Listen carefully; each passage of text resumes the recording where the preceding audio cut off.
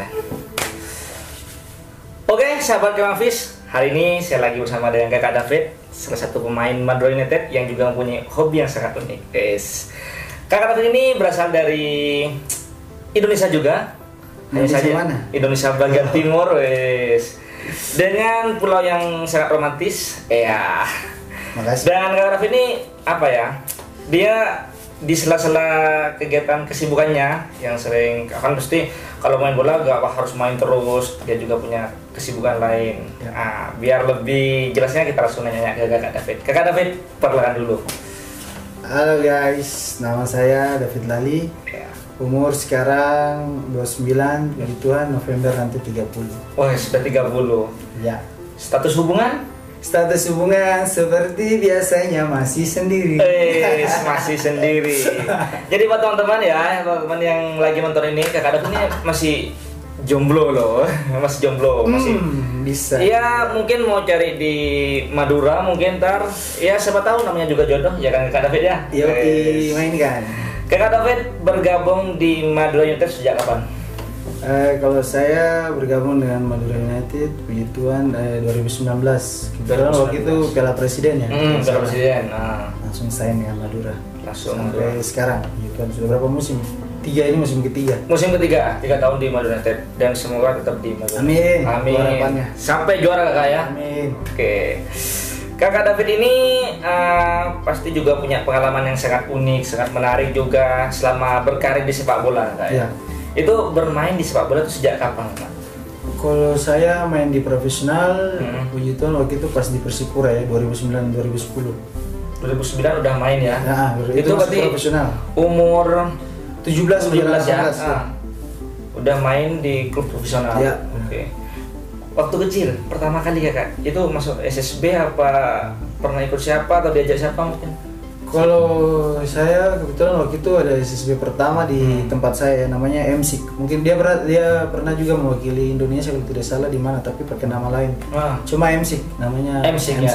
Artinya Embun Siklop. Itu ada satu gunung di kota Jayapura. Gunung itu sering ada embun di atasnya. Itu kebetulan dari tempat saya kan orang Sentani, jadi kita sering lihat ada embun di atas. Jadi dibilang Embun Siklop kayak gitu. Itu sejak umur berapa Kakak David? Kalau ikut-ikut main pas sudah di SSB itu kalau tidak salah 10 tahun ya.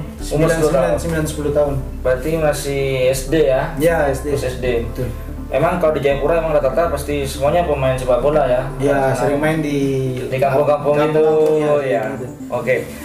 Pertama kali pas waktu main di Persipura Kak ya? Ya, yang di Persipura, benar.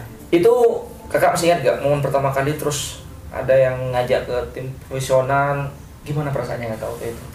Kalau saya waktu itu kan kebetulan dari U21 dulu ya. U21 ya. U21-nya posisinya tuh kayak ya kalau mau dibilang itu sudah rezekinya karena saya lagi ikut ospek kuliah 2009-2010. Ditelepon sama pelatih junior saya, dia almarhum Carolino Ifakdalam namanya, kakaknya Edward Ifakdalam. Dia telepon saya kasih tahu sore ini Persipura lagi latihan. Wah, terus kan saya lagi ospek. Lagi ospek ya. Hari pertama juga. Hari pertama ya. Ya sudahlah, akhirnya saya dikasih tahu kalau bisa gabung. Saya ada 2 orang dengan teman dari Papua. Kalau bisa gabung latihan, mereka lagi latihan. Wah, saya kaget. Wah, ini disuruh latihan dengan Persipura.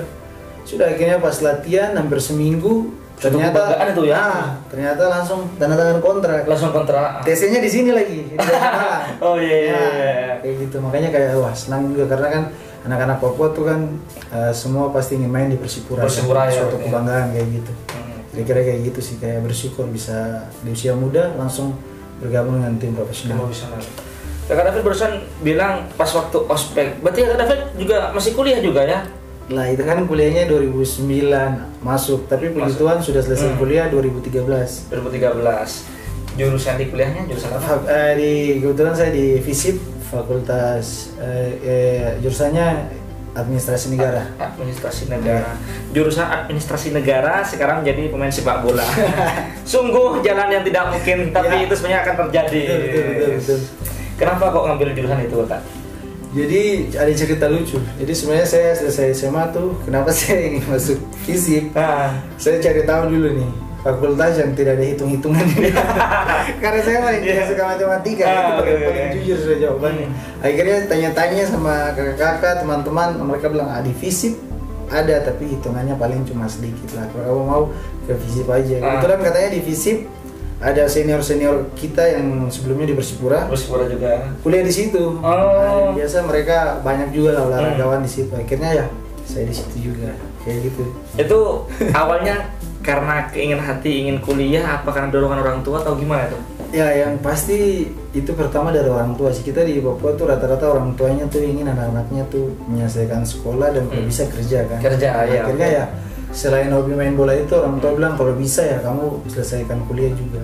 Ya puji Tuhannya sama-sama jalan gitu. Sama jalannya. Tapi sambil bekerja ya main bola sambil kuliah nih apa tidak terganggu? Waktu itu kebetulan Persipura kan TC-nya kan di Malang. Di Malang di sini. Habis itu home base-nya Mandala kan lagi direnovasi tuh. Oh iya. Kita kan berangkat ke Makassar, kita pakai Makassar. Tapi saya dengan teman-teman yang di kampus sering komunikasi, jadi kalau ada hal yang saya harus kerjakan saya kerjakan kayak gitu. Atau pas balik kadang ada teman-teman bantu kasih tahu. Jadi udah sama-sama kompak gitu ya. Malah teman-teman juga bantu. Oke. Kakak David, saudara ada berapa? Saya berdua, saya dengan adik perempuan saya. Berdua cuma? Iya. Berarti kakak David nih ya semacam tulang punggung juga ya? Iya benar. Adik sekarang sudah kuliah apa gimana? Adik puji Tuhan sudah kerja juga kota yang lain lagi di dekat Papua. Jadi sama-sama istilahnya kita hidup saling membantu lah. Saya membantu ya. Karena bapak dan mama kan tidak kerja juga kan. Cuma ibu rumah tangga sama orang biasa aja.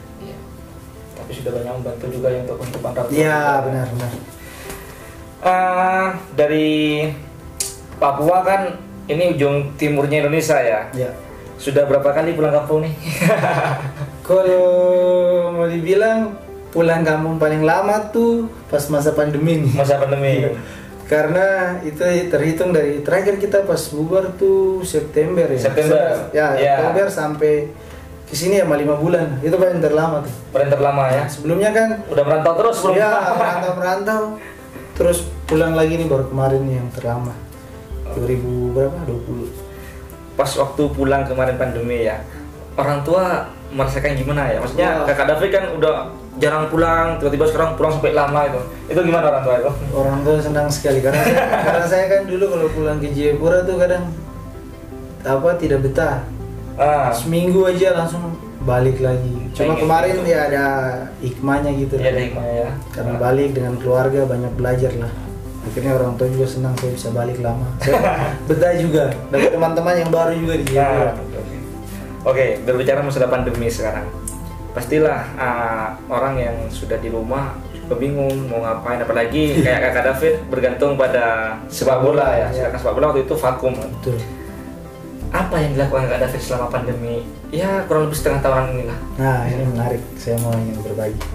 Jadi sebenarnya selain main bola tuh dari tahun 2014 tuh saya suka musik sekali. Suka musik? Satu pengalaman pernah waktu menyanyi tidak jadi. Kalau tidak salah kita dengan teman-teman take vokalnya saya itu hampir 50 kali. Kalau bisa dapat ya karena tidak pernah menyanyi kan. Diajak rekaman sama teman-teman yang penyanyi hip hop Papua. Tapi saya pas pulang ke situ kan saya pertama kali merantau tuh langsung ke Bandung Raya. Bandung Raya itu mana? PBR di Bandung. Oh di Bandung. Itu saya mulai sendiri penasaran belajar musik. Saya beli alat-alat, tapi tidak bisa jadi juga. Akhirnya puncaknya 2019 kemarin tuh. 2019. Baru saya mulai kenal produser, dikenalin sama penyanyi reggae. Akhirnya di situ pelajaran saya mulai benar tuh. Diajarkan cara menyanyi yang benar, diajarkan bagaimana buat musik. Ya sudah dari situ saya belajar, akhirnya saya semakin senang dengan musik. Makanya pas masa pandemi kemarin itu puncaknya saya belajar buat musik sendiri lewat digital kan. Ada DAW softwarenya, saya belajar tapi masih standar sih bagaimana aransemen musik, terus recording orang, mixing, mastering kayak gitu lah. Jadi kemarin kesibukan yang paling sering saya lakukan hampir 2 bulan pertama saya duduk depan komputer terus belajar musik. Itu yang saya pertama lakukan. ya. Setelah itu mulai proses. Ya mulai tahu kan, jadi ya sudah santai lagi, tidak terlalu penasaran. Sisanya ya dengan gitar cari inspirasi buat apa lagu-lagu demo aja. Kalau udah mau recording baru dipindahin ke komputer kayak gitu. Oke, selama di rumah ya, di kampung halaman belajar musik. Ini Kak David udah punya grup band atau single atau gimana ini? Kalau saya sebenarnya bikin lagu tuh sudah lama ya, cuma untuk kalau mau dibilang kualitas yang better baru 2019 sampai 2020 itu saya dapat teman-teman anak-anak musik hip hop juga, ada reggae juga dari Papua tapi yang di Jogja. Yang Jogja, oh ya. Ya recordingnya bagus, aransemen musik sama mix masteringnya oke. Akhirnya di situ saya punya ada beberapa lagu yang saya sudah rilis juga di platform musik, tapi itu kan saya sendiri yang rilis. Oh kan? gitu. Jadi kan zaman sekarang modern sudah ada digital untuk distribusi musik kan lebih gampang. Lebih gampang ya. Jadi lewat situ akhirnya bisa masuk di YouTube, di Spotify kayak gitulah. Karena kualitas lagunya sudah masuk pas dimoderasi, oh ini masuk standar nih. Akhirnya diterima kayak gitu. Kalau tidak kan ya tidak bisa juga, mereka asal lepas juga kan. Jadi kira-kira ada berapa lagu tuh yang saya sudah rilis yang saya nyanyi. Tapi yang sisa tuh banyak saya buat gospel lagu rohani Kristen. Tapi saya suruh orang nyanyi. Cuma itu saya sudah rilis juga ada hampir 5 lagu. 5 lagu udah ya. 5 lagu. Kelas. Gitu. Di dunia musik ini udah pernah collab sama siapa aja di dunia musik ini? Kalau di Indonesia sih yang penyanyi pronya saya tidak berpikir sampai sana, karena tujuan saya bermusik ialah cerita dari isi hati cuma dituangkan lewat musik. Iya benar. Artinya kayak ya entah lagi galau, lagi bersyukur atau lagi apa dibuat dalam bentuk musik lah. Karena saya pun merasa senang ketika mendengar orang lain nyanyi gitu. Kayak wah enak juga kayak gitu, ada hiburan kayak gitu. Itu saja sih. Jadi tidak terlalu berpikir untuk collab dengan siapa-siapa. Paling sendiri saya paling banyak tuh dengan anak-anak reggae dari Papua. Cuma kan mereka sekarang keren bro di Indonesia, lagu-lagu mereka banyak orang cover juga. Oh gitu. Nah, termasuk sekarang di Papua musik mereka keren sih. Udah masuk orang mulai perhitungkan. Sebetulnya banyak teman-teman yang dari Jogja ya. Ya Jogja. Betul. Itu kenapa kok pas sampai ke Jogja? Ya kan itu awalnya gimana? Apa pernah menetap di sana sekian lama atau gimana nih proses perkenalan sama anak musisi Jogja ini gimana? Sebenarnya tuh pas momen Piala Presiden itu. Pas Madura. Madura kan di Jogja. Di Jogja ya. Akhirnya jumpa sama anak-anak Papua di sana. Kebetulan ada adik yang saya kenal kan. Saya tanya mereka, kalian punya teman yang bisa bikin musik tidak? Katanya ada. Pas saya cari tahu channel mereka, wah ternyata mereka terkenal juga, sudah sering cover. Gitu. Subscribe mereka di YouTube juga sudah puluhan ribu kan. Akhirnya wah ini kayaknya orangnya bagus nih. Pas dengar musik mereka, wah top. Sudah saya coba hubungi mereka, tanya harga, oh ternyata oke lah masuk oke. Ya sudah saya kasih tahu ini ada saya punya lagu, saya mau dibikin kayak gini. Akhirnya mereka bilang oke bisa. Ya sudah jadilah, walaupun saya di Madura. Saya kasih tahu contoh, terus pernah kan record sebelumnya, mereka tinggal kerjakan aja. Kayak gitu sih awalnya bisa jumpa mereka. Jadi tetap berhubungan baik ya sama walaupun sudah di kota lain, tetap kalau ada lagu yang mau dikerjakan by WhatsApp saja sih, mereka bisa kerjakan. Gitu. Kakak David bikin lagu itu katanya dari kadang pas lagi bersyukur. Iya benar. Pas lagi galau juga mungkin ya. Kalau lagi galau biasanya galau kenapa nih? Nah, kalau saya galau tuh paling banyak kalau dengar lagu-lagu saya tuh banyak cerita tentang itulah kayak macam hubungan gitu dengan cewek. Maksudnya sejujurnya ini. Nggak apa-apa, bukan aja gitu. Dengan cewek tentang apa? Sebelumnya pernah berjalan sama-sama tapi akhirnya berpisah tidak sampai pada tujuan, atau ada seseorang yang kita tuh inginkan tapi tidak tercapai, atau hanya diam saja. Banyak lagu saya lebih banyak kalau tentang cewek kayak gitulah lagu-lagunya. Dengan lagu Kakak David sendiri tentang yang galau ini, apa ada seseorang yang pernah sampai aku suka banget dengan lagu ini, sampai ini harus rahasia. Harus rahasia ini. Berbahaya kalau saya lagi dekat dengan seseorang. Tidak bercanda lagi, tidak dengan siapa-siapa. Tapi yang pasti Kak David masih single ini kan ya. Tidak dengan siapa-siapa jadi aman. Oke, ini musik lagi ya. Saya pengen tahu lah sedikit cover, bukan cover ya, ciptaan sendiri ya. Ciptaan sendiri ada ya. Ciptaan Kak David sendiri yang galau lah, yang galau mungkin bisa dimainkan. Aduh, saya lupa. Bagaimana kalau kita karang lagu saja? Itu gampang, itu gampang. Dikit aja, pengen sabar ya, lagu tuh terakhir kalau mungkin kalian tahu Hanif, pemain Arema. Hanif, oh ya. Nah, saya kan lagi buat lagu, waktu itu dia yang nyanyi, itu sudah rilis tuh. Udah rilis. Itu terbit di mana? Di YouTube juga? Ada, di YouTube dia juga. Dia kan punya channel YouTube dengan Randy Juliansa yang timnas U19 ya. Jadi kebetulan kita satu manajer. Akhirnya saya pas bikin lagu, manajer saya dengar, dia bilang, wah gimana kalau kita produksi nih, kayaknya oke. Ya sudahlah, akhirnya kita produksi. Tapi itu kan kayak lagu pop juga sih. Itu lagu pertama sekuler yang saya rilis. Sebelumnya kan saya rilis Rohani. Iya Rohani. Tapi saya sudah lama lupa ya dia. Saya takut kalau nggak apa-apa, dikit aja. Kalau menyanyi nanti ingat dia lagi. Nanti coba cari chord, saya cari chord dulu.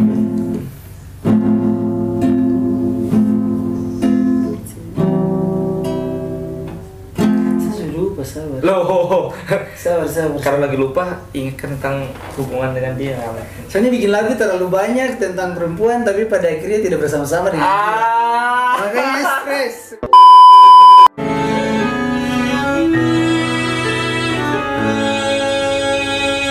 Melupakanmu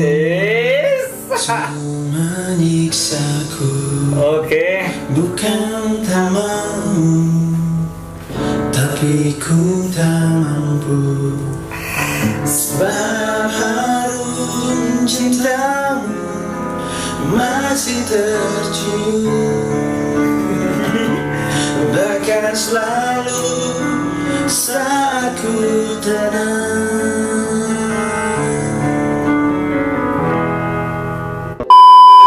Oke, jadi barusan kita udah dengerin ya sedikit cuplikan dari lagunya Kak David yang katanya sih menceritakan pengalaman hidupnya sendiri. Ini real ya, real ya. Real sekali. Jadi dia menceritakan ya lagi resah, gendah, gelisah. Aduh, mama sayang nih. Waktu barusan sambil dengerin lagunya, kayaknya mata udah mulai ini ya, mata mulai sakit. Kakak David menciptakan lagu galau karena emang dari perasaan hatinya sendiri yang sudah pernah dia jalani, mungkin lagi patah hati ataupun ada seorang yang pernah meninggalkannya. Sebenarnya gini perlu dijelaskan. Sebenarnya tuh kan ada yang seseorang, tapi kan hubungan sudah selesai karena pada intinya kita tidak bisa bersama, tapi baik-baik lah kita berpisah kan. Cuma terkadang suatu waktu tuh ingat-ingat tentang dia, kenangannya. Akhirnya kayak mau lupakan tuh susah. Makanya kan bilang yang bikin susah tuh sebenarnya apa? Kebaikan dia, makanya kan kebaikan dia tuh masih tercium. Oke. Seperti kayak gitu ya. Ya buat teman-teman yang mungkin mantan yang dulu pernah mengisi hatinya melihat konten ini, jangan ragu-ragu untuk katakan ceritanya pada Ferdi. Kita akan buatkan lagunya pasti. Oke, siap. Oke Kak David, kita udah berusaha ngobrol seputar sepak bola, hobinya Kak David juga ya selama pandemi juga. Yang terakhir nih sekarang, yang terakhir, pesan buat kaum milenial yang mungkin bisa menyentuh seperti Kak David juga. Jadi walaupun jurusannya tadi di di politik, ada olahraga. Nah sekarang ini musisi sekarang. Nah, ini bisa menjadi motivasi. Mungkin bisa memberikan ini kepada kaum milenial ini. Kesempatan yang bagus. Kalau satu hal yang saya percaya, pasti kalian juga percaya bahwa Tuhan memberikan kita segala sesuatu tuh pasti bebas ya, maksudnya free. Artinya kita punya kemampuan di mana-mana, pasti setiap orang diberikan Tuhan, itu sudah pasti. Di saat itu satu hal yang saya lakukan ialah kita harus percaya kita punya sesuatu dari Tuhan dan kita harus kembangkan. Kalau kita tidak tekun ya pasti tidak akan kita dapat. Jadi untuk anak-anak yang milenial sekarang, apapun yang kalian lagi kerjakan sekarang, entah itu passion kalian atau hobi kalian, selagi itu memang sesuatu yang benar, terus tekun dan kembangkan, karena ya pada akhirnya kita tidak tahu sampai di mana. Ya, benar. Kayak saya pun dari kuliah main bola, musik, dan pada akhirnya saya enjoy semua itu karena ya menurut saya ini pemberian Tuhan yang harus memang kita tekuni untuk kembangkan kayak gitu. Benar sekali. Dan pada intinya kita tidak merasa tertekan dengan apa yang kita jalani sekarang gitu. Itu betul tuh. Jangan merasa tertekan, itu tidak boleh. Karena kuliah karena jurusan ini harus dengan jurusan itu, harus itu juga gitu. Betul. Karena nilai A itu tidak menjamin kita PNS. Yes. Bener kan? Oke. Oke, terima kasih buat teman-teman. Itulah cerita menarik dari Kakak David dari ujung timur dari ujung timur Indonesia, dari Papua juga. Next kita bikin lagi konten-konten selanjutnya bersama Kakak David. Kita bisa menceritakan kembali kepribadiannya mungkin lebih dalam lagi. Dan terima kasih Kakak David udah memberikan waktu dan salam kepada kita sahabat Kemafis di sini. Oke, terima kasih dan salam sejahtera. Salam sejahtera. Mantap. Enjoy your life. Oke.